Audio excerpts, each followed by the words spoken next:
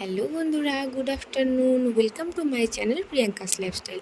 তো আজকে আমি তোমাদের সামনে নিয়ে চলে এসেছি একটা ছোট্ট ভিডিও, যে ভিডিওর মাধ্যমে আমি আলোচনা করব বাবা সাহেব আম্বেদকর এডুকেশন ইউনিভার্সিটির আন্ডারে 2022-24 সেশনের যে বিএড ক্যান্ডিডেটরা রয়েছে, সেই বিএড ক্যান্ডিডেটের যে ফোর্থ সেমিস্টারের এক্সামটা বাকি রয়েছে, সেই এক্সামটা কোন মাস নাগাদ হতে পারে।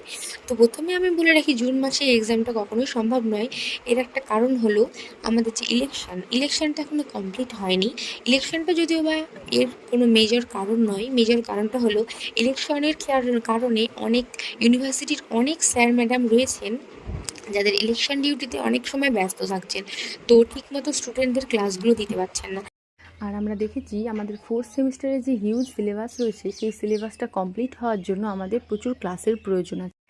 তাই স্টুডেন্টরা যাতে ক্লাসগুলো সঠিকভাবে পায় এবং সিলেবাসটা সঠিকভাবে কমপ্লিট করতে পারে, ওই জন্যই ইউনিভার্সিটি থেকে এখনও অবধি ডেট পাবলিশ করা হয়নি। তবে এটা বলা যেতে পারে যে আমাদের ফোর্থ সেমিস্টারের এক্সাম জুলাই মাসের মিডিল কিংবা লাস্ট উইকের মধ্যে কমপ্লিট হয়ে যাবে। তাই আমি সাজেস্ট করব, ডেট নিয়ে অত চিন্তা না করে নিজেরা নিজেদের মতো প্রিপারেশন নিতে থাকো।